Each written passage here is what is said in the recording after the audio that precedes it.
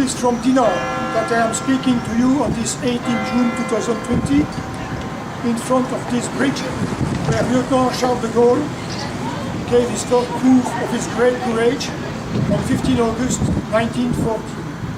He commanded the 11th Company of the 33rd Infantry Regiment and was trying to cross the Meuse when a bullet hit him in the right knee.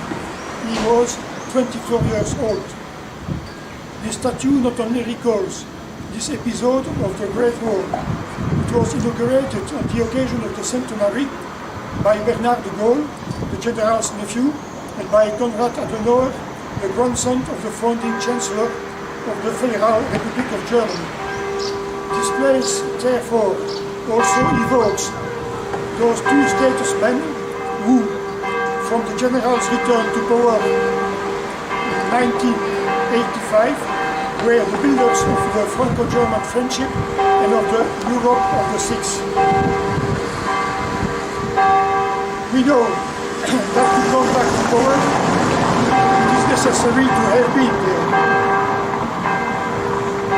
It was 80 years ago, on 18 June 1914, from London on the BBC, that Charles de Gaulle became the leader of Free France. After deploring that, the leaders who, for many years, they have been at the head of the French armies, they formed a government which, alleging the defeat of our armies, had contacted the enemy to stop the fighting. General de Gaulle invited the French officers and soldiers who are in the British territory, or who may come be there, with or without their weapons, as well as the engineers and specialized workers in the arm industry who are on British territory or who may come to be there to contact him. He reassured the French, telling them that nothing is lost.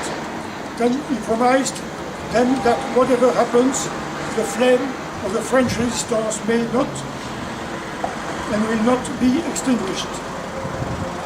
On this 18 June 2020, I note that the heads of state and government, that our European institutions have been unable since 2005 at least to pursue the objective of an ever closer union between the peoples of Europe.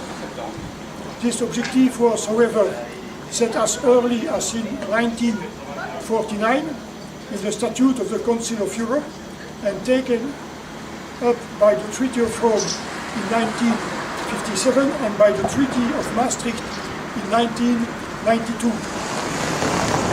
Since appears in Article 1 of the Treaty on European Union. Nevertheless, the EU is falling apart. Brexit is a fact. Borders are closing in the face of uncontrolled flows of migrants and the coronavirus.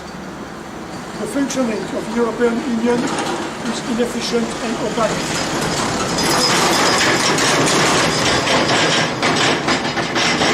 It has become increasingly fractured, weakened and reduced to incapacity, which is a betrayal of government, a betrayal comparable to that of June 1940.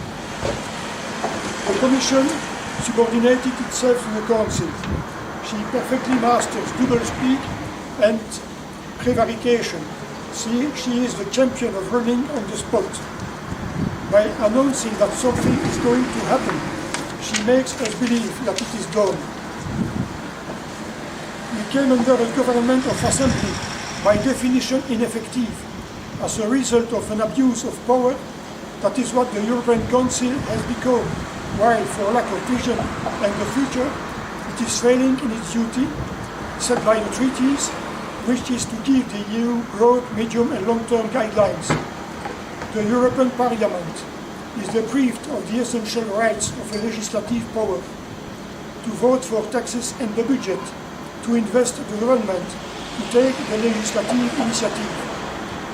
Although apparently elected by universal suffrage, it is illegitimate because in contradiction with the equality of citizens of the Union enshrined in Article 9 of the Treaty of the European Union. This disunity, this inefficiency, will worsen the worst economic recession since 1929 that our governments have caused with lockdowns and every man for himself.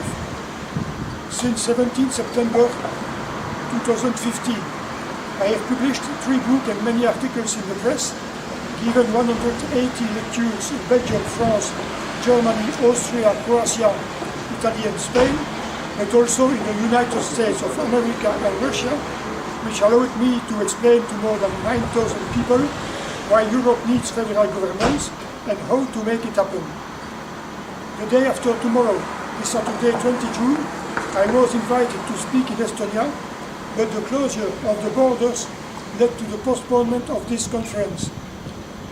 Thanks to the gradual restoration of freedom of movement, allows me to resume here in Dinant the tour of Europe that I began in Brussels 5 years ago.